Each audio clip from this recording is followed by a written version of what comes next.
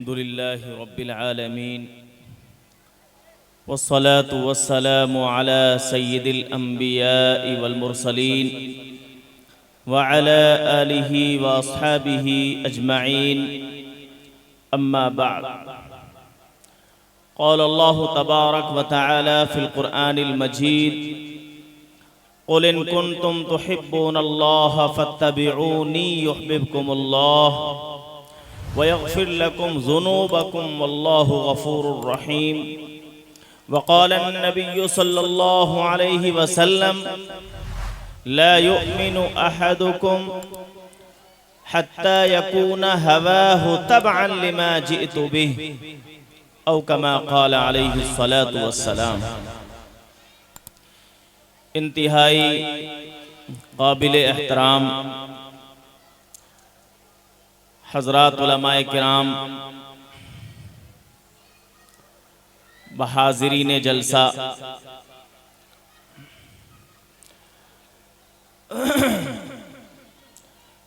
Stage पर बहुत ही मोतबर और मुतबर्रक उलमाए किराम तशरीफ़ फरमा हैं।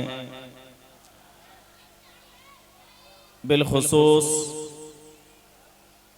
जनाब क़ारी सलमान गाज़ी साहब और अभी जिन्होंने नाते पाक सुनाई है मुझे बड़ी अच्छी लगी।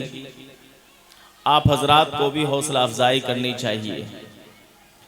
और मेरे रफ़ीक़ मोहतरम जनाब क़ारी सुहेल साहब माशाअल्लाह ज़िला मुज़फ़्फ़रनगर की माया नाज शख्सियत हैं और बिलखुसूस तहफ़्फ़ुज़ ख़त्म नबुव्वत के ताल्लुक़ से इन्होंने ये काबिल ज़िक्र कारनामा अंजाम दिया है कि पूरे ज़िले के उलमा को एक प्लेटफार्म पर खड़ा कर दिया है।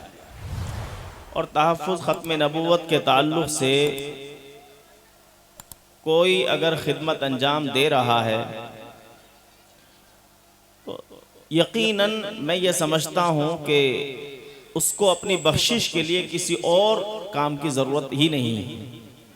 ये कारनामा ही उसके लिए बहुत बड़ा कारनामा होगा, उसकी बख्शिश का ज़रिया बन जाएगा। तो क़ारी सुहेल साहब जो आपके सामने बहुत ही सादा अंदाज में बैठ करके और बहुत ही शानदार अंदाज से अरबी नज़ात लबो लहजे से और अपने शानदार उसलूब और अंदाज से अल्फाज का जामा पहना रहे हैं और बहुत ही अच्छे अंदाज से निज़ामत के फ़राइज़ अंजाम दे रहे हैं। ये कोई मामूली आदमी नहीं।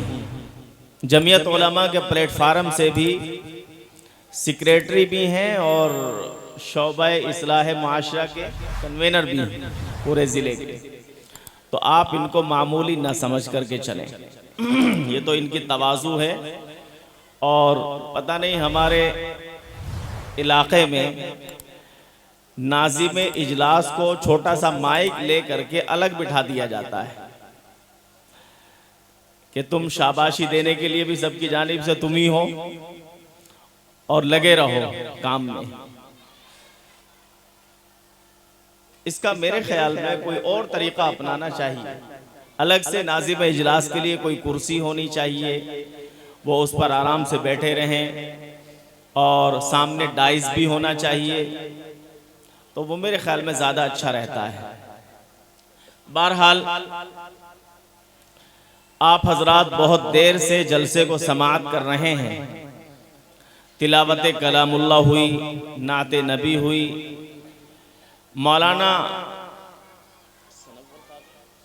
मौलाना तसव्वुर साहब का मैं शुक्रिया अदा करता हूँ। उन्होंने ये जलसा सजाया है, ये प्रोग्राम सजाया है और बहुत ही अच्छे अंदाज से सजाया है। और सबसे अच्छा काम उन्होंने ये किया है कि माइक बहुत अच्छा लेकर के आए हैं। माइक में बोलते हुए अच्छा लग रहा है माशाल्लाह। वरना आम तौर पर जलसों में घिसे पिटे माइक लाए जाते हैं। वो माइक में जब इंसान बोलता है तो बोलते बोलते उसकी कमर में दर्द होने लगता है। हम लोग तकरीर करते हैं जलसों में जा करके, तो थोड़ी देर तकरीर करते हैं, इधर तो गला खुश्क हो जाता है, उधर कमर में दर्द होना शुरू हो जाता है, इसलिए कि ताकत ज़्यादा लगानी पड़ती है। लेकिन माशाल्लाह मुझे महसूस हो रहा है कि माइक अच्छा है। माइक वालों को भी मुबारकबाद पेश कर रहा हूं कि आप लोग जलसे में अच्छा माइक लेकर के आए हैं। बहरहाल सबसे पहली बात तो मैं अर्ज करूंगा कि आप लोग यहाँ इस जलसे के अंदर मौजूद हैं, अपने पैरों से चल कर के आए हैं और अपनी आंखों से उलमाए किराम का दीदार कर रहे हैं, मुशाहदा कर रहे हैं, अपने कानों से सुन रहे हैं। उलमाए किराम की बातें आपके कानों तक पहुंच रही हैं, आप दीन की मजलिस के अंदर बैठे हुए हैं। तो ये सब अल्लाह की जानिब से आपके ऊपर इनामात हैं, ये सब अल्लाह की नेमतें हैं। पैर अल्लाह के दिए हुए हैं, अल्लाह की नेमत है। हाथ अल्लाह के दिए हुए हैं, अल्लाह की नेमत है। कान अल्लाह की नेमत है, अल्लाह के दिए हुए हैं। ये जो सांस है जो हमें जिंदा रखे हुए हैं, ये भी अल्लाह की नेमत है। हमें इन तमाम नेमतों के ऊपर अल्लाह का शुक्र अदा करना चाहिए। और अल्लाह का शुक्र ये है कि हम अल्लाह और उसके रसूल के हुक्म के मुताबिक जिंदगी गुजारें। अल्लाह ने कलाम पाक के अंदर फरमाया है, मा आताकुमुर रसूल फखुजूह व मा नहाकुम अन्हु फंतहु वत्तकुल्लाह।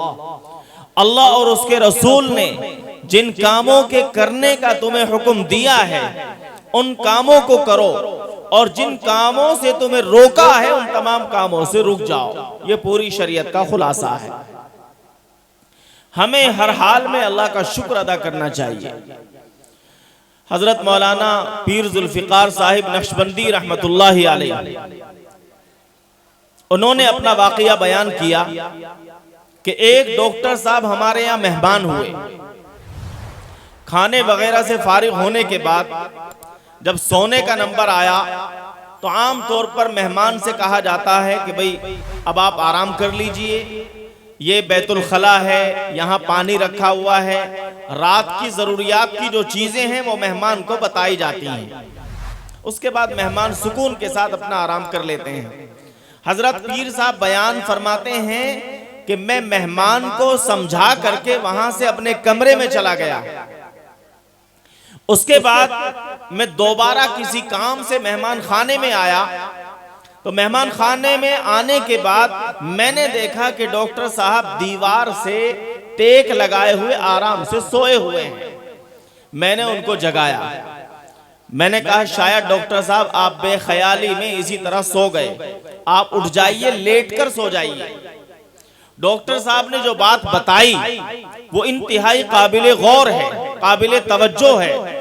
डॉक्टर साहब ने पीर साहब को बताया कि हजरत दरअसल मैं लेट कर सो ही नहीं सकता, इसलिए कि मेरे हलक के अंदर एक सोराख हो गया है। अब जब भी इंसान कोई खाना खाता है या पानी पीता है वो ढक्कन बंद हो जाता है। यही वजह है कि अगर इंसान उल्टा भी हो जाए तो भी उसका खाना पीना बाहर नहीं आता है, लेकिन मेरे उसी ढक्कन के अंदर सोराख हो गया है। अब मैं अगर लेट कर सोता हूं तो उस सोराख के जरिए खाने पीने का जो भी सामान मेरे पेट में है मेरे मुंह में आना शुरू हो जाता है।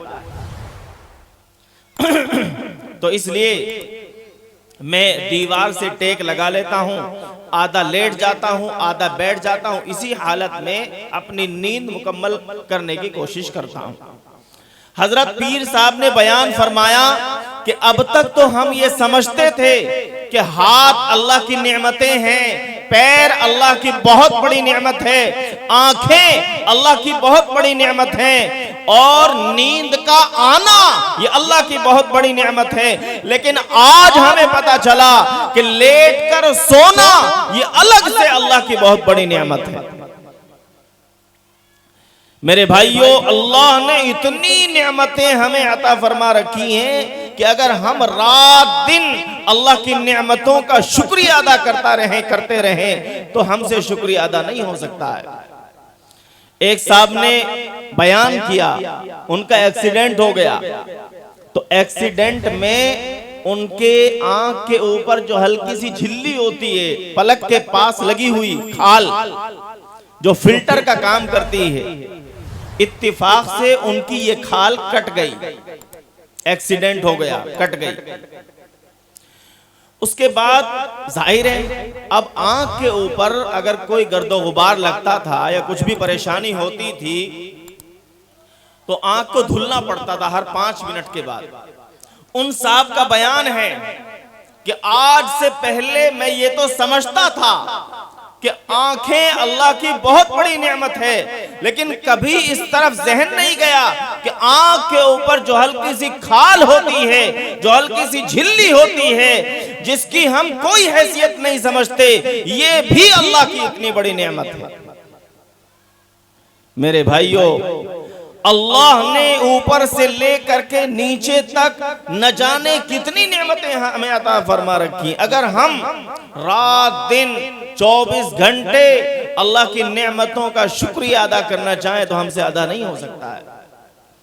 कम से कम हमें इतना तो कर लेना चाहिए कि हम अल्लाह और उसके रसूल के हुक्म के मुताबिक जिंदगी गुजारने वाले बन जाएं।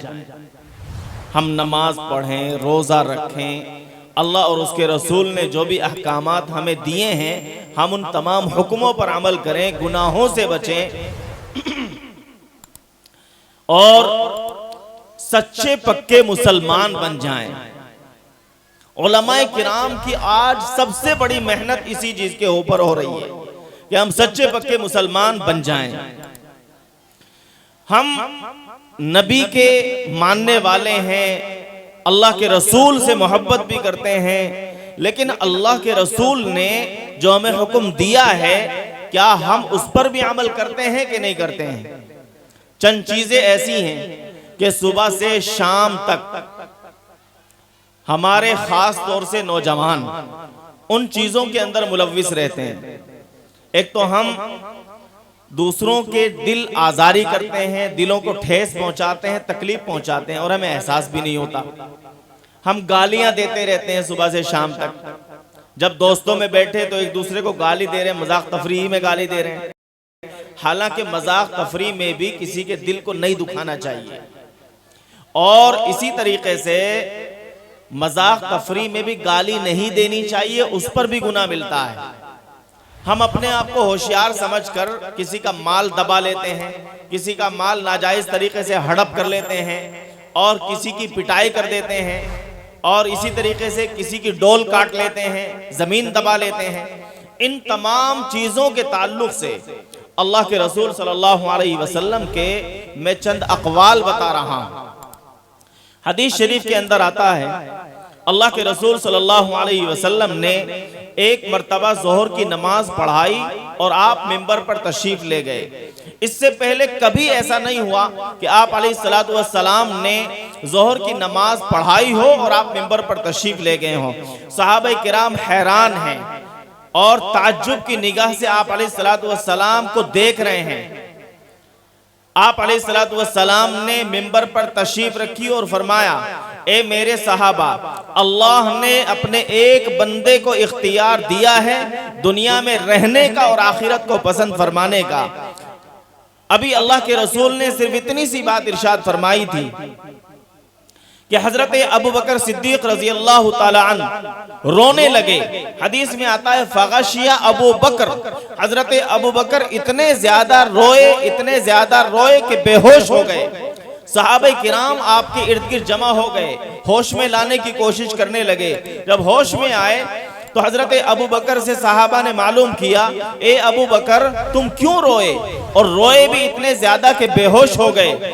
हजरत अबू बकर सिद्दीक रजी अल्लाह ताला अन्हु ने जवाब दिया, ए मेरे साथियों तुम जानते नहीं, दरअसल अल्लाह ने जिस बंदे को इख्तियार दिया है दुनिया में रहने का और आखिरत को पसंद फरमाने का, वो बंदा कोई और नहीं बल्कि आपके और मेरे महबूब हजरत मोहम्मद सल्लल्लाहु अलैहि वसल्लम है। और आगे की बात यह है कि अल्लाह के रसूल ने दुनिया के मुकाबले में आखिरत को पसंद कर लिया है। और अब वो हमें छोड़कर दुनिया से जाने वाले हैं। अब हमें वो यतीम करके दुनिया से चले जाएंगे। अल्लाह के रसूल सल्लल्लाहु अलैहि वसल्लम ने इरशाद फरमाया, क़द सदक़ अबू बकर। हजरत अबू बकर सिद्दीक रजी अल्लाह ताला अन्हु के कंधे पर हाथ रखा और फरमाया, ए अबू बकर, तुमने बिल्कुल सच कहा है। वो बंदा कोई और नहीं बल्कि मैं खुद हूँ और अल्लाह ने मुझे इख्तियार दिया है दुनिया में रहने का और आखिरत को पसंद फरमाने का, और मैंने दुनिया के मुकाबले में आखिरत को पसंद कर लिया है और अब मैं तुम्हें छोड़कर जाने वाला। मैं आपसे सवाल करता हूं, मैं आपसे पूछता हूं, अगर हमारे घर का कोई खास बड़ा आदमी, हमारे वालिद, हमारे दादा दुनिया से जा रहे हों और दुनिया से जाते जाते वो हमें चंद नसीहतें करना चाहें, जाहिर है वो बकवास तो नहीं करेंगे ना।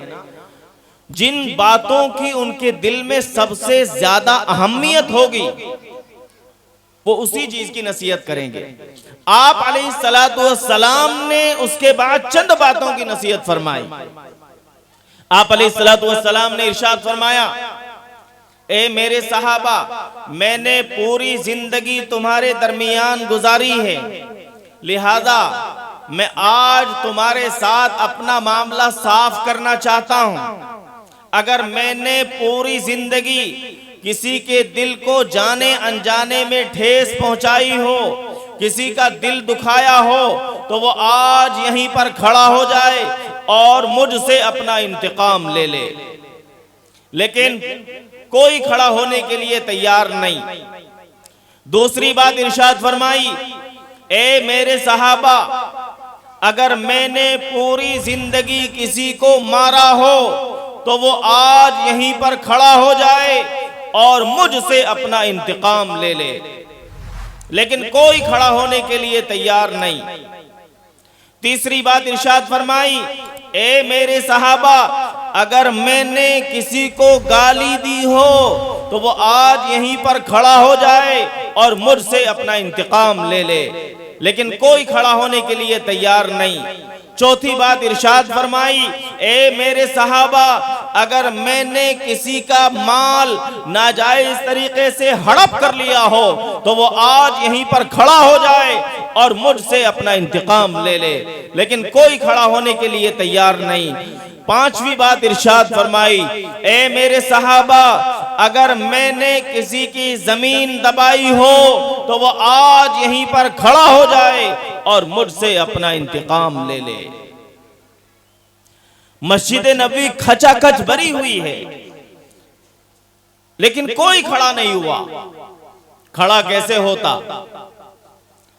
जब आप अलैहिस्सलातु वस्सलाम ने पूरी जिंदगी किसी के दिल की ठेस नहीं पहुंचाई, आप अलैहिस्सलातु वस्सलाम ने पूरी जिंदगी किसी को नहीं मारा, पूरी जिंदगी किसी को गाली नहीं दी, पूरी जिंदगी किसी का माल नाजायज तरीके से हड़प नहीं किया, आप अलैहिस्सलातु वस्सलाम ने पूरी जिंदगी किसी की जमीन नहीं दबाई,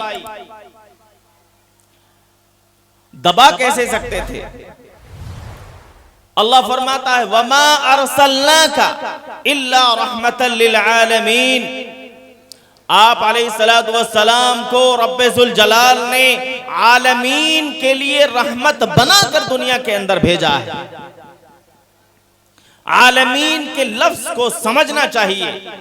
अल्लाह ने अपने महबूब को खास तौर से मुसलमानों के लिए रहमत नहीं बनाया, खास तौर से गैर मुस्लिमों के लिए रहमत नहीं बनाया, खास तौर से बूढ़ों के लिए रहमत नहीं बनाया, खास तौर से नौजवानों के लिए रहमत नहीं बनाया, खास तौर से बच्चों के लिए रहमत नहीं बनाया, खास तौर से मर्दों के लिए रहमत नहीं बनाया, खास तौर से औरतों के लिए रहमत नहीं बनाया, खास तौर से अहले अजम के लिए रहमत नहीं बनाया, खास तौर से अहले अरब के लिए रहमत नहीं बनाया, बल्कि अल्लाह ने आप अलैहिस्सलातु वस्सलाम को दुनिया के अंदर आलमीन के लिए रहमत बना करके भेजा है। आपने रब्बुल जलाल जलाल ने आप अलैहिस्सलाम को एक तरफ जहां मुसलमानों के लिए रहमत बना कर भेजा, वहीं गैर मुस्लिमों के लिए भी रहमत बना करके भेजा है। एक तरफ जहां बूढ़ों के लिए रहमत बना कर भेजा, तो वहीं नौजवानों के लिए रहमत बना कर भेजा है। एक तरफ जहां औरतों के लिए रहमत बना कर भेजा, तो वहीं मर्दों के लिए भी रहमत बना कर भेजा है। एक तरफ जहां अहले अरब के लिए रहमत बना कर भेजा, वहीं अहले अजम के लिए भी रहमत बना कर भेजा है। आप अलैहिस्सलाम को पूरे आलम के लिए रहमत बनाकर अल्लाह ने दुनिया के अंदर भेजा है। याद कीजिए उस वक्त को जब अल्लाह तबारक व तआला के रसूल हजरत मोहम्मद सल्लल्लाहु अलैहि वसल्लम जब अपने खानदान के लोगों को आजमा चुके, उनको दीन इस्लाम की दावत दे चुके, आपके दिल में ख्याल और दाइया पैदा हुआ कि मैं अपनों को तो आजमा चुका हूं, अब चलिए गैरों को भी आजमा लेते हैं। आपने इरादा किया कि मैं ताइफ का सफर करूं। आप अलैहिस्सलाम ताइफ तशरीफ ले गए। वहां 3 चौधरी लोग थे। आप अलैहिस्सलाम तीनों के पास अलग अलग तौहीद की दावत लेकर के गए। आपने तौहीद की दावत दी, रिसालत की दावत दी, लेकिन तीनों चौधरियों ने मना कर दिया। आप अलैहिस्सलाम को वापस भगा दिया, नऊजुबिल्लाह। और सितम बालाए सितम ये कि आप अलैहिस्सलाम के पीछे चंद शरीर गुंडों को लगा दिया, चंद शरीर नौजवान लड़कों को लगा दिया, और उन नौजवान लड़कों ने आप अलैहिस्सलाम के ऊपर पत्थर बरसाए। रिवायत में आता है कि आप अलैहिस्सलाम के नालेन मुबारक खून से तर हो गए। आप अलैहिस्सलाम अल्लाह की जानिब मुतवज्जे हुए कि या अल्लाह, आप मुझे ऐसे लोगों के हवाले क्यों करते हैं जो मेरी कदर नहीं करते और मेरे ऊपर इतना जुल्म करते हैं कि मेरे पीछे शरीर लड़कों को लगा दिया, शरीर गुंडों को लगा दिया, और उन्होंने मेरे ऊपर ये जुल्म किया कि मेरे ऊपर पत्थर बरसा दिए। या अल्लाह, मैं जाऊं तो कहां जाऊं? काश मेरा कोई रफीक होता जो मेरी रफाकत करता, मेरा कोई दोस्त होता जो मुझे तसल्ली देता। इस तरह के अल्फाज आप अलैहिस्सलाम की ज़बान मुबारक से निकल रहे थे कि इसी दरमियान में हजरत जिब्रील अलैहिस्सलाम तशरीफ लाए। हजरत जिब्रील अलैहिस्सलाम ने आकर के आप अलैहिस्सलाम को अल्लाह का सलाम पहुंचाया। इन्नल्लाह युक़रिउका सलाम या रसूल अल्लाह, ए अल्लाह के रसूल, अल्लाह ने आपकी खिदमत में सलाम भेजा है और मुझे आपकी मदद के लिए भेजा है, आपके ताउन के लिए भेजा है। आप मुझे हुक्म करें तो मैं ये जो पहाड़ दरमियान में है, मैं इसको उठाऊं और इन पहाड़ों को उठा करके अहले ताइफ के ऊपर छोड़ दूं, ताकि वो सब के सब तहस नहस हो जाएं, हलाक व बर्बाद हो जाएं। आपका सिर्फ एक इशारा चाहिए। यहां पहुंच करके आप देखें और हर एक मजमे में बैठा हुआ आदमी इस बात का मुहासबा करे कि अगर कभी अल्लाह हमें ऐसा मौका दे कि हमारे ऊपर कोई आदमी जुल्म करे और अल्लाह हमें इतनी ताकत दे दे कि हम उससे इंतकाम ले सकें, तो बहुत कम लोग आपको ऐसे मिलेंगे जो उसको बख्श दें। वरना आम तौर पर वो आदमी जो इंतकाम लेने की ताकत भी नहीं रखता, वो भी कोशिश करता है कि किसी न किसी तरीके से मुझे इंतकाम लेना है।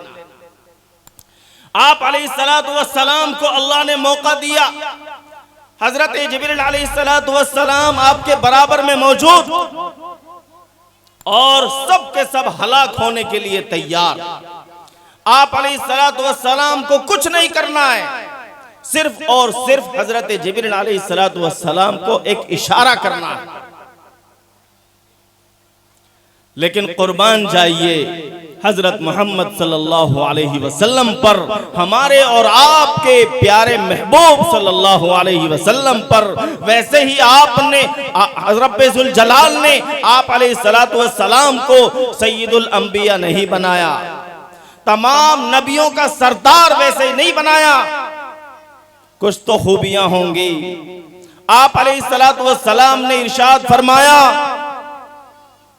या रब्बी ला तहलिक उम्मती फइन्नहुम ला यारिफून। ए मेरे परवरदिगार, मेरी उम्मत के लोगों को हलाक को बर्बाद मत करना, इसलिए कि ये लोग आज मुझे जानते और पहचानते नहीं हैं। मैं इनसे इंतकाम लेना नहीं चाहता, मैं इनसे बदला लेना नहीं चाहता। हालांकि आप अगर चाहते तो बदला ले सकते थे, हलाक कर सकते थे, मगर आप अलैहिस्सलातु वस्सलाम ने बाज़ाब्ता अल्लाह से दुआ की, या रब्बी ला तहलिक उम्मती फइन्नहुम ला यारिफून। ए मेरे परवरदिगार, मेरी उम्मत के लोगों को हलाक और बर्बाद मत करना, इसलिए कि ये लोग मुझे जानते और पहचानते नहीं। चुनाचे आज अगर हम तारीख के औराक को पलटते हैं तो हमें पता चलता है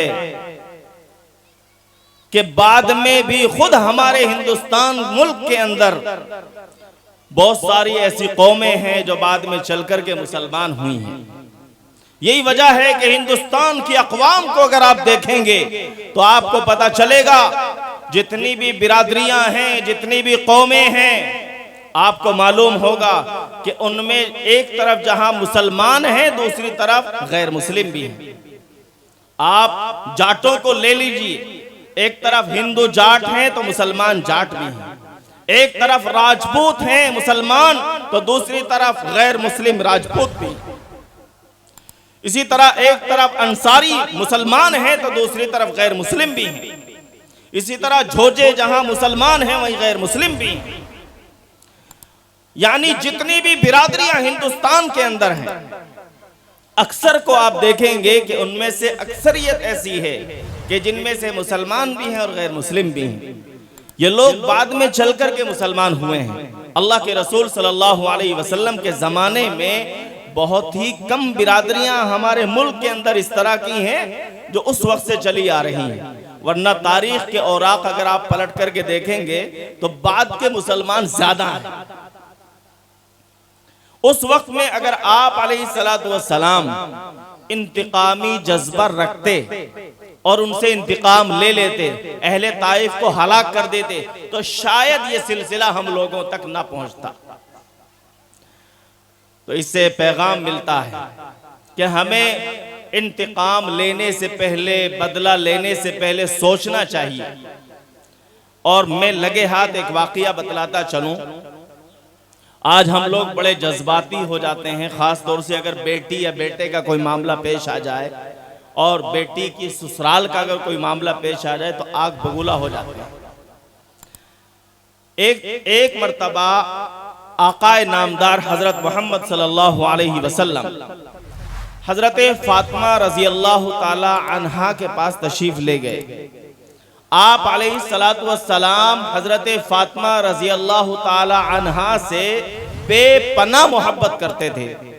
इतनी मोहब्बत कि जब आप अलैहिस्सलातु वस्सलाम कहीं सफर में तशरीफ ले जाते तो आखिरी मुलाकात अपनी बेटी हजरत फातिमा से किया करते थे, और जब आप सफर से वापस तशरीफ लाते तो सबसे पहली मुलाकात अपनी बेटी हजरत फातिमा रजी अल्लाह ताला अन्हा से किया करते थे।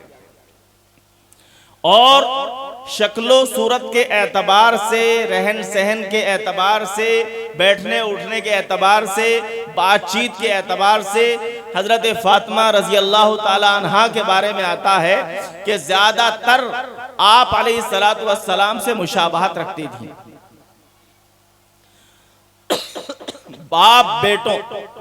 बाप और बेटी दोनों में बेपनाह मोहब्बत थी। आप अलैहिस्सलातु वस्सलाम हजरत फातिमा रजी अल्लाह ताला अन्हा के घर तशरीफ ले गए।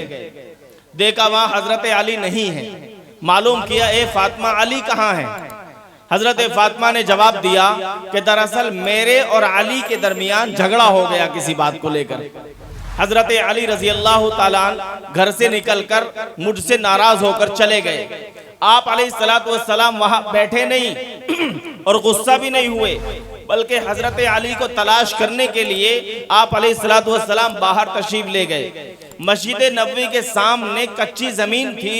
देखा आप अलैहिस्सलातु वस्सलाम ने कि हजरत अली वहां लेटे हुए हैं और ऊपर कपड़ा नहीं है, कुर्ता नहीं है, बल्कि कच्ची जमीन पर लेटे हुए हैं। अल्लाह के रसूल सल्लल्लाहु अलैहि वसल्लम जब वहां पहुंचे तो हजरत अली आप अलैहिस्सलातु वस्सलाम को देख करके उठ गए।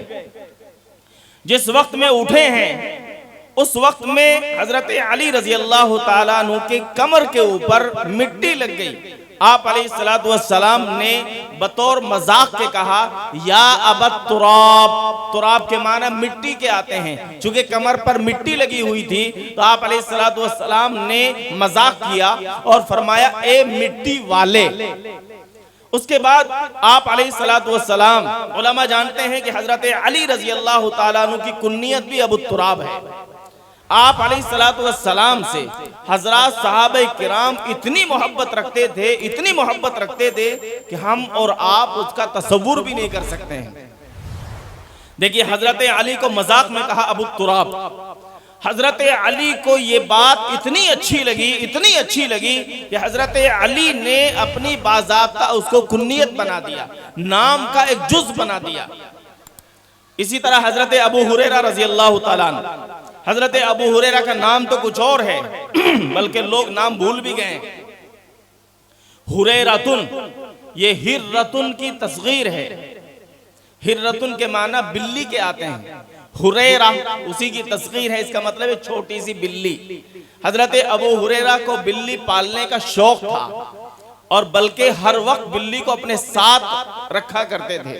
और ये हजरत अबू हुरैरा कोई मामूली आदमी नहीं है, बल्कि मैं आपके सामने बैठा हूं, मैंने दारुल देवबंद से तालीम हासिल की है और वहां जो सिलसिलाए हदीस का जो सिलसिला है, हमारे बुजुर्गों का जो सिलसिला है और अल्लाह के रसूल सल्लल्लाहु अलैहि वसल्लम तक हदीस शरीफ का जो सिलसिला पहुंचता है, उसमें आखिर में चल करके हजरत अबू हुरैरा रजी अल्लाह तआला अन्हु तक पहुंचता है। और हजरत अबू हुरैरा ने आप अलैहिस्सलातु वस्सलाम से हदीसें सीखी। तो मैं वाकया बयान कर रहा हूं आप लोगों के सामने हजरत अबू हुरैरा का। अल्लाह के रसूल के कितने बड़े आशिक हैं। वो बिल्ली पाला करते थे, आमतौर पर बिल्ली को कंधे पे बिठा के रखते थे। आप अलैहिस्सलातु वस्सलाम ने एक दफा देखा कि कंधे पर बिल्ली बिठाए हुए हैं, बिल्ली का छोटा सा बच्चा बिठाए हुए हैं। आप अलैहिस्सलातु वस्सलाम ने मजाकन कहा, या अबा हुरैरा, ए बिल्ली वाले, ए बिल्ली वाले। तो हजरत अबू हुरैरा चूंकि अल्लाह के रसूल से बेपनाह मोहब्बत करते थे, उनको ये बात इतनी पसंद आई कि उन्होंने अपने नाम का इसको जुज़ बना लिया और बल्कि लोगों से कहा करते थे, भाई मुझे अबू हुरैरा कहा करो। चुनाचे लोगों ने इतना ज्यादा कहा, इतना ज्यादा कहा कि लोग असल नाम भूल गए और अबू हुरैरा से ही उनको पुकारा जाने लगा। जब हम लोग हदीस बयान करते हैं और वो हदीस हजरत अबू हुरैरा से मरवी हो, वहां उनका नाम नहीं आता, अन अबी हुरैरा रज़ी अल्लाह ताला अन्हु। ये है अल्लाह के रसूल सल्लल्लाहु अलैहि वसल्लम से मोहब्बत करने वालों के वाक़ियात। तो मैं इसी तरह एक हदीस में आता है कि आप अलैहिस्सलातु वस्सलाम एक दफा सफर में तशरीफ ले जा रहे थे। आप अलैहिस्सलातु वस्सलाम को क़ज़ाए हाजत की जरूरत पेश आई। आप अलैहिस्सलातु वस्सलाम ने सवारी को रुकवाया और नशेबी जमीन में गए, वहां क़ज़ाए हाजत करके वापस तशरीफ ले आए। जब आप अलैहिस्सलातु वस्सलाम की वफात हो गई तो उसके बाद एक मर्तबा जो उस वक्त आप अलैहिस्सलातु वस्सलाम के साथ थे, उनमें से कोई सहाबी वहां से गुजर रहे थे। उन्होंने अपने साथियों से कहा कि भाई सवारी को रुकवा लो थोड़ी देर के लिए, मुझे यहाँ थोड़ा सा काम है।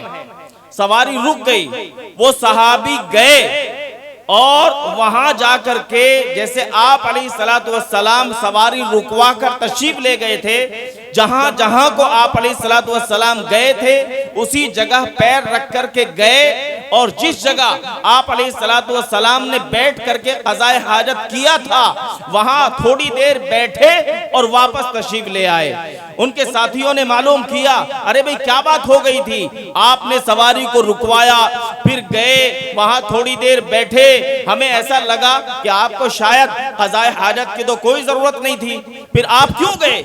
उन सहाबी ने बयान किया, मेरे साथियों तुम जानते नहीं हो, दरअसल एक मर्तबा आप अलैहिस्सलातु वस्सलाम यहां से गुजर रहे थे। आप अलैहिस्सलातु वस्सलाम ने इसी तरह सवारी को रुकवाया और आप अलैहिस्सलातु वस्सलाम क़ज़ाए हाजत के लिए तशरीफ ले गए थे। आप अलैहिस्सलातु वस्सलाम थोड़ी देर वहां क़ज़ाए हाजत बैठ करके किए थे। मैंने चाहा कि आप अलैहिस्सलातु वस्सलाम को की सुन्नत को जिंदा कर दूं। ये हैं अल्लाह के रसूल सल्लल्लाहु अलैहि वसल्लम के आशिकीन के वाक़ियात। मेरे भाइयों, मैं वाक़िया ये बयान कर रहा था कि आप अलैहिस्सलातु वस्सलाम ने हज़रत अली रज़ी अल्लाह ताला अन्हु को आवाज़ दी। हज़रत अली रज़ी अल्लाह ताला अन्हु खड़े हुए, आप अलैहिस्सलातु वस्सलाम ने उनका हाथ पकड़ा और हाथ पकड़ करके हज़रत फातिमा के घर ले गए। हम और आप होते तो क्या करते? अगर हम पावर में होते तो शायद 2 थप्पड़ लगा सकते थे या किसी और तरीके से उनकी खबर ले सकते थे, लेकिन आप अलैहिस्सलातु वस्सलाम पूरी दुनिया के बापों में सबसे बेहतरीन बाप हैं और आप अलैहिस्सलातु वस्सलाम पूरी दुनिया के मुसलमानों में सबसे बेहतरीन मुसलमान हैं। आप तमाम नबियों के सरदार और रब्बे कायनात के सबसे लाडले महबूब हैं। आप अलैहिस्सलातु वस्सलाम ने पता है क्या किया? आप अलैहिस्सलातु वस्सलाम लेट गए, एक जानिब अपनी लख्ते जिगर हजरत फातिमा को लिटाया और दूसरी जानिब अपने दामाद को लिटाया और अपने पेट के ऊपर एक जानिब से हजरत फातिमा का हाथ लेकर के आए, दूसरी जानिब से हजरत अली का हाथ लेकर के आए, दोनों का हाथ आपस में मिलवा दिया और उसके बाद बीच में से निकल गए और निकल करके अपने घर तशरीफ ले गए। दोनों मियां बीवी का हाथ मिलवा दिया ताकि नाराजगी खत्म, नाराजगी दूर हो जाए और दोनों मियां बीवी प्यार मोहब्बत के साथ जिंदगी गुजारें। आज अगर मुसलमानों के हालात देखोगे तो आपको पता चलेगा कि सबसे ज्यादा जो परेशानियां हैं, कोर्ट कचहरियां हैं, सबसे ज्यादा जो मुकदमात हैं वो जहेज के मुकदमात आपको मिलेंगे। अगर हर बाप इसी तरीके से अपनी बेटियों का ख्याल करने वाला बन जाए, अपने दामादों का ख्याल करने वाला बन जाए, तो शायद किसी को भी कोर्ट कचहरी में जाने की जरूरत पेश ना आए। तो बात असल में यहां से शुरू हुई थी कि आप अलैहिस्सलातु वस्सलाम ने ताइफ का सफर किया, हजरत जिब्रील अलैहिस्सलातु वस्सलाम मौजूद, लेकिन आपने मना कर दिया कि अहले ताइफ से मुझे कोई इंतकाम नहीं लेना, कोई बदला नहीं लेना। दरअसल आप बदला कैसे ले सकते थे? आपने मस्जिद नबवी में ये ऐलाना क्यों किए? हालांकि आपने ना तो किसी को मारा था, हालांकि आपने ना तो किसी को गाली दी थी, ना ही किसी के दिल को ठेस पहुंचाई थी, ना ही किसी की जमीन दबाई थी और ना ही किसी का माल नाजायज तरीके से हड़प किया था। दरअसल मेरे नौजवान भाइयों, नबी करीम सल्लल्लाहु अलैहि वसल्लम हम गुनहगारों को ये तालीम देना मकसद था कि ए मेरी उम्मत के लोगों, तुम जिंदगी इस तरीके से गुजारना कि पूरी जिंदगी किसी के दिल को ठेस न पहुंचाना। ए मेरी उम्मत के लोगों, तुम जिंदगी इस तरीके से गुजारना कि कभी किसी को गाली मत देना। ए मेरी उम्मत के लोगों, तुम जिंदगी इस तरीके से गुजारना कि कभी किसी की पिटाई मत करना। ए मेरी उम्मत के लोगों, तुम जिंदगी इस तरीके से गुजारना कि कभी किसी का माल नाजायज तरीके से हड़प मत करना। ए मेरी उम्मत के लोगों, तुम जिंदगी इस तरीके से गुजारना कि कभी किसी की जमीन न दबाना। मेरे भाइयों, हमें यह समझना चाहिए कि हम जिस नबी की उम्मत में हैं वो कोई मामूली नबी नहीं है, बल्कि तमाम नबियों के सरदार हैं। हजरत इब्राहीम अलैहिस्सलातु वस्सलाम के ताल्लुक से आप लोग सुनते रहते हैं और कुरान करीम भी कहता है इब्राहीम अलैहिस्सलातु वस्सलाम अल्लाह के दोस्त थे। इब्राहीम खलीलुल्लाह, हजरत इब्राहीम अलैहिस्सलातु वस्सलाम के अल्लाह तबारक व तआला ने बेशुमार इम्तिहानात लिए और तमाम इम्तिहानात में वो कामयाब हुए। उसके बावजूद भी हजरत इब्राहीम अलैहिस्सलातु वस्सलाम अल्लाह तबारक व तआला से 3 दुआएं मांग रहे हैं। रब्बिग़फिरली खतीअती यौमद्दीन वजअलनी मिन वरसति यौमि युबअसून वला तुखज़िनी यौम युबअसून। हजरत इब्राहीम अलैहिस्सलातु वस्सलाम दुआ मांग रहे हैं कि ए मेरे परवरदिगार, कल क़यामत के दिन मेरी मग़फ़िरत कर देना। ये पहली दुआ है। दूसरी दुआ मांग रहे हैं, ए मेरे परवरदिगार, कल क़यामत के दिन मेरे लिए जन्नत का फैसला कर देना। तीसरी दुआ मांग रहे हैं, ए मेरे परवरदिगार, कल क़यामत के दिन मुझे रुसवा मत करना, मुझे जलील मत करना। ये 3 दुआएं हजरत इब्राहीम अलैहिस्सलातु वस्सलाम को खलीलुल्लाह होने के बावजूद अल्लाह से मांगनी पड़ रही हैं। लेकिन हमारे नबी की शान ये है, अजमत शान का मुजाहरा ये है, ये तीनों चीजें अल्लाह तबारक व तआला अपने महबूब हजरत मोहम्मद सल्लल्लाहु अलैहि वसल्लम को बिन मांगे ही अता फरमा रहे हैं। अल्लाह फरमाता है, लियग़फ़िर लकल्लाहु मा तक़द्दम मिन ज़म्बिका व मा तअख़्ख़र, कि ए नबी, हमने तुम्हारे अगले और पिछले तमाम गुनाहों को माफ कर दिया है। अल्लाह खुद ऐलान फरमा रहा है। और दूसरी बात इरशाद फरमाते हैं, मैं किसी को रुसवा करूं या ना करूं, लेकिन मैं गारंटी लेता हूं इस बात की कि मैं तुझे कभी रुसवा नहीं करूंगा, तुझे कभी जलील नहीं करूंगा। तीसरी चीज, असा अन यबअसका रब्बुका मक़ामम महमूदा। अल्लाह फरमाता है, ए मेरे महबूब, मैं किसी को जन्नत दूं या ना दूं, मैं किसी के लिए जन्नत का फैसला करूं या ना करूं, लेकिन तुझे जन्नत भी दूंगा और तेरा मकाम इतना बुलंदो बाला होगा कि तुझे मकाम महमूद तक पहुंचा दूंगा। यह है हमारे नबी की शान। हमने आज तक सही माना में अपने नबी की अजमत को, अपने नबी की शान को समझा ही नहीं है। ये तो अल्लाह तबारक व तआला का हमारे ऊपर बहुत बड़ा एहसान और करम है कि अल्लाह तबारक व तआला ने हमें आखिरी नबी हजरत मोहम्मद सल्लल्लाहु अलैहि वसल्लम का उम्मती बनाया है।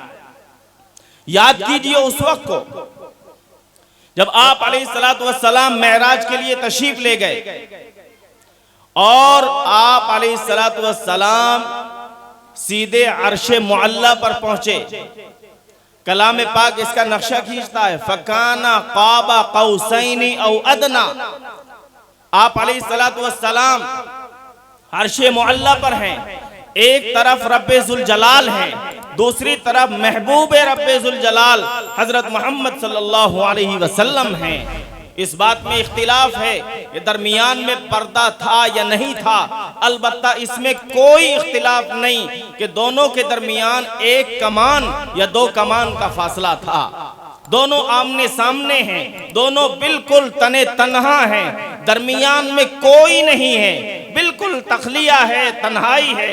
अब दोनों के दरमियान राजो नियाज की बातें हो रही हैं। आप जब राजो नियाज की बात होती है, महबूब नखरे दिखाता है कि नहीं दिखाता है?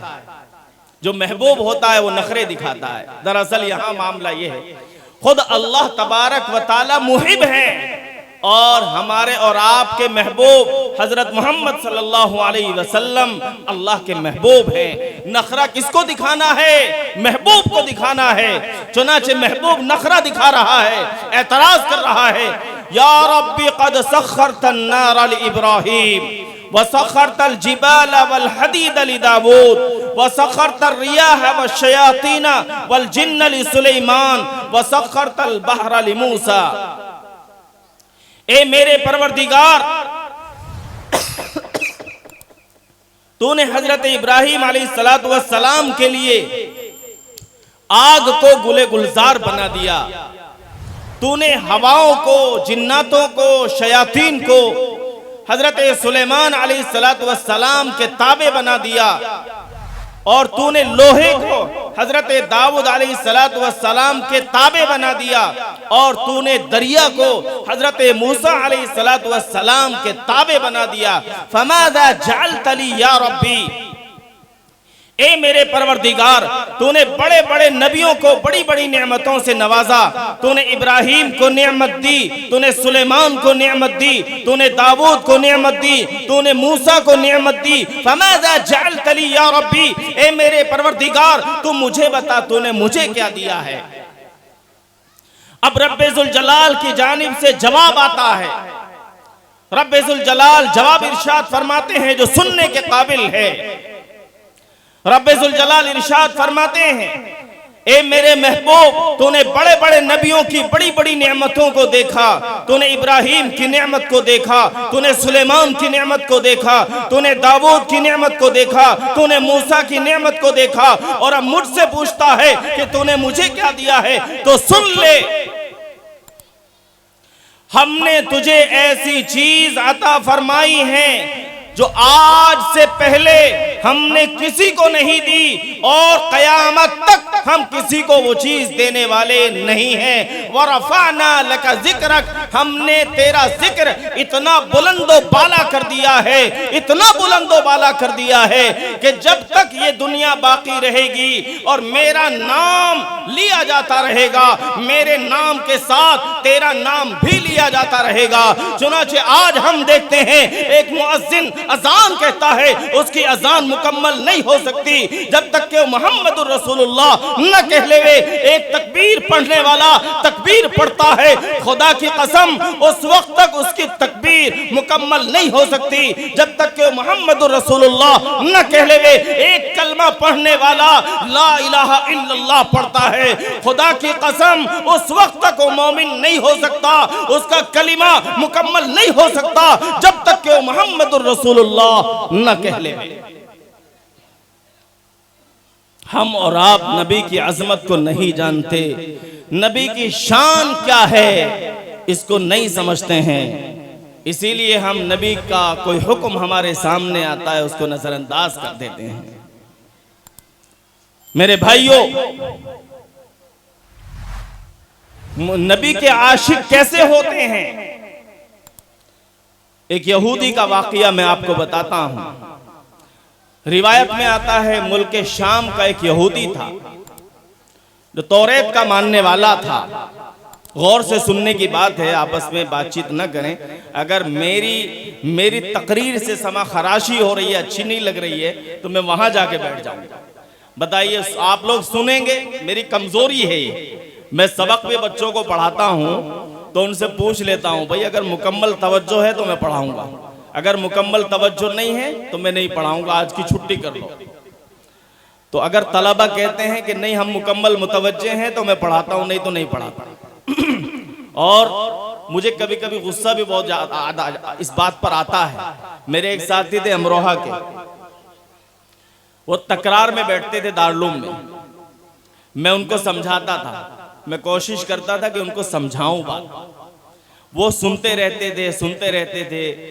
मुझे लगता था कि शायद मेरी बात समझ रहे हैं, लेकिन बाद में मैं पूछता था समझ में आया, तो वो कहते थे पार्टी जरा दोबारा बतला दो, मेरा ध्यान कहीं और था।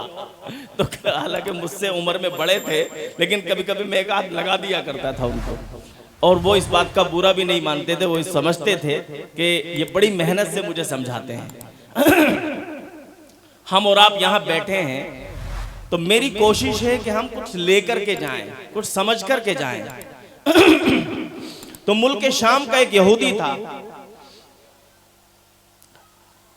वो तौरेत का मानने वाला था। उसका मामूल था जब भी हफ्ते का दिन आता, वो नहा धोकर साफ कपड़े पहनकर तौरेत किताब खोलता और उसकी तिलावत करता।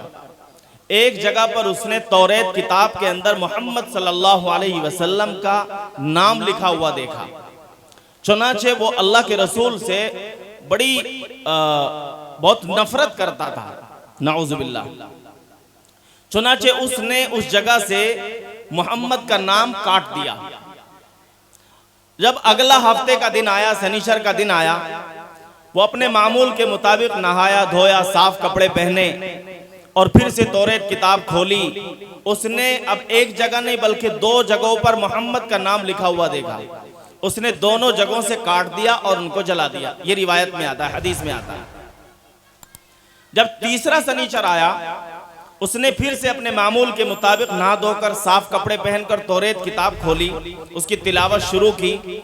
उसने इस दफा एक जगह नहीं, 2 जगह नहीं बल्कि 4 जगहों पर मोहम्मद का नाम लिखा हुआ पाया। चारों जगहों से उसने काटा और काट करके जला दिया। जब चौथा शनिचर आया, मामूल के मुताबिक फिर तौरेत किताब की तिलावत शुरू कर दी। इस दफा उसने एक जगह पर नहीं, 2 जगहों पर नहीं, 4 जगहों पर नहीं बल्कि 8 जगहों पर मोहम्मद का नाम लिखा हुआ पाया। उसने 8 जगहों से नाम काटा और काट करके जला दिया। 5वां शनिचर आता है। 5वां जब शनिचर आता है, फिर से वो मामूल के मुताबिक तौरेत की तिलावत कर रहा है। तिलावत करते करते उसने देखा कि इस दफा एक जगह नहीं, 2 जगहों नहीं बल्कि 4 जगह नहीं, 8 जगह नहीं बल्कि 12 जगहों पर मोहम्मद का नाम लिखा हुआ पाया। लेकिन थोड़ा समझ भी रखता था। उसने इस दफा 12 जगहों से मोहम्मद का नाम काटा नहीं, जलाया नहीं बल्कि गौर करने लगा और वो ये सोचने पर मजबूर हो गया कि मैंने एक जगह पर मोहम्मद का नाम पाया, उसको जला दिया तो 2 जगहों पर पाया, 2 जगहों से काटा तो 4 जगहों पर पाया, 4 जगह से काटा तो 8 जगह पर पाया, 8 जगहों से काटा तो 12 जगहों पर पाया। अगर मैं 12 जगह से काटूंगा तो फिर इससे दुगनी जगहों पर पाऊंगा। अगर काटता चला गया तो कहीं ऐसा न हो तो पूरी किताब के अंदर ही मोहम्मद न छप जाए। लेकिन वो मोहम्मद के बारे में गौर करने लगा कि जिस मोहम्मद का नाम मैं काट रहा हूं उतना ही ज्यादा पा रहा हूं। आखिर वो मोहम्मद कौन है? मुल्क शाम में उसने मोहम्मद के बारे में मालूम किया, आखिर ये मोहम्मद कौन है। धीरे धीरे मोहम्मद के बारे में मालूमात इकट्ठी होनी शुरू हुई। मुल्क शाम के जो यहूदी उलमा थे उन्होंने मोहम्मद के नाम से नफरत दिलाई, दुश्मनी दिल के अंदर पैदा करनी शुरू की। लेकिन दुश्मनी पैदा नहीं हुई बल्कि उसने और मालूमात इकट्ठी की और धीरे धीरे धीरे धीरे अल्लाह ने उस यहूदी के अंदर अपनी अल्लाह के रसूल की मोहब्बत पैदा कर दी। अब वो मालूम कर रहा है, अब वो दीवाना बन चुका है। अब वो कहता है ऐना मोहम्मद उहिब्बुहु, मोहम्मद कहाँ है, मुझे उनसे मोहब्बत हो गई है। मोहम्मद कहाँ है, मुझे उनसे मुलाकात करनी है। अब वो दीवाना बन चुका है। किसी ने बताया कि वो मोहम्मद तुम्हें मुल्क शाम में नहीं मिलेंगे, वो मोहम्मद तो तुम्हें मदीने के अंदर मिलेंगे, जाओ वहां जाकर के उनसे मुलाकात करो। चुनाचे रिवायत में आता है कि वो यहूदी जो भी सवारी उसके पास थी, जो भी खाने का तोशा उसके पास था, वो उसने लिया और मदीने के अंदर पहुंचा। मदीने के अंदर पहुंचने के बाद उसने हजरत सलमान फारसी को देखा जो इंतहाई खुश आदमी थे और बड़े हसीन आदमी थे। वो ये समझ रहा है कि शायद यही अल्लाह के रसूल हैं, लेकिन वो अल्लाह के रसूल नहीं थे। वो तो अल्लाह के रसूल के एक अदना से खादिम थे, एक अदना से गुलाम थे। चुनाचे उन्होंने जाकर के कहा कि मुझे ऐना मोहम्मद उहिब्बुहु, मुझे मोहम्मद से मुलाकात करनी है। हजरत सलमान फारसी समझ रहे हैं कि जिस मोहम्मद से आज ये मुलाकात करने के लिए आया है, उस मोहम्मद का तो आज से 4 रोज पहले इंतकाल हो गया। लेकिन उसकी दीवानगी को देख करके, उसकी मोहब्बत को देख करके, उसके इश्क को देख करके हजरत सलमान फारसी की हिम्मत नहीं हुई कि उसको बता सकें, कहीं ऐसा ना हो कि ये दुनिया से चला जाए। चुनाचे हजरत सलमान फारसी हजरत फातिमा के घर ले गए, हजरत अली से मिलवाया।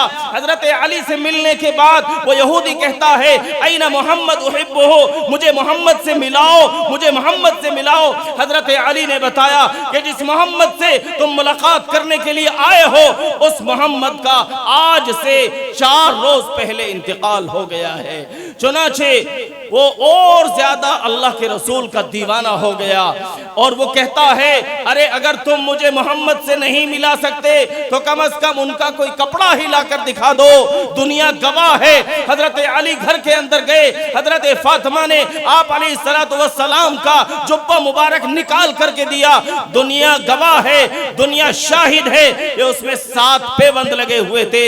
वो यहूदी उस कुर्ते से चिमट जाता है, उसको चूमता है, चाटता है और फिर हजरत अली उसको आप अलैहिस्सलाम के रोज़ाए अक़दस पर लेकर के जाते हैं। वो यहूदी वहां पहुंचता है, वहां पहुंचकर कब्र से चिमट जाता है और दीवाना वार कब्र की मिट्टी अपने बदन पर मलता है। उसके बाद अल्लाह की जानिब अपने हाथ उठाता है और हाथ उठाकर पता है क्या कहता है? वो यहूदी कहता है, या रब्बल आलमीन, या अल्लाह इन तक़ब्बलत इस्लामी फ़क़बिज़ रूही, या अल्लाह अगर तूने मेरा इस्लाम कबूल कर लिया है, अल्लाह के रसूल की जो मोहब्बत मेरे दिल के अंदर है अगर तूने उसको कबूल कर लिया है तो मेरी रूह इसी वक्त में कब्ज़ फरमा ले। अब जब अल्लाह के रसूल दुनिया के अंदर नहीं है, मैं अल्लाह के रसूल से मुलाकात नहीं कर सका, तो अब मैं इस दुनिया में रहना नहीं चाहता। चुनांचे हजरत अली का बयान है कि उसी वक्त उस आदमी की रूह कब्ज़ हो गई और अल्लाह ने उसकी ये दुआ कबूल फरमा ली। ये है अल्लाह के रसूल के आशिकीन, ये है अल्लाह के रसूल के दीवाने, अल्लाह के रसूल से मोहब्बत करने वाले। आज हम कहते तो फिरते हैं कि हमें अल्लाह के रसूल से मोहब्बत है, हम अल्लाह के रसूल के दीवाने हैं, मगर जब अल्लाह के रसूल के किसी हुक्म का मामला आता है तो हम पीछे हट जाते हैं, हमारी सारी मोहब्बत खाक में मिल जाती है। हमें चाहिए कि हम नबी की तालीमात पर अमल करने वाले बन जाएं और नबी के एक एक हुक्म पर अमल करने वाले बन जाएं। बताओ भाई, नबी का दीवाना कौन है? अभी भी हाथ उठाने में बड़ी कंजूसी कर रहे हैं बाज लोग। अरे नबी के दीवाने हो कि नहीं हो? नबी की तालीमात पर अमल करेंगे इंशाअल्लाह। नबी की एक एक तालीम पर हमें अमल करना है, नबी की एक एक सुन्नत को हमें जिंदा करना है इंशाअल्लाह। अल्लाह मुझे भी और आप तमाम लोगों को भी इन बातों पर अमल करने की तौफीक नसीब फरमाए। व आखिरु दावाना अनिल हम्दुलिल्लाहि रब्बिल आलमीन।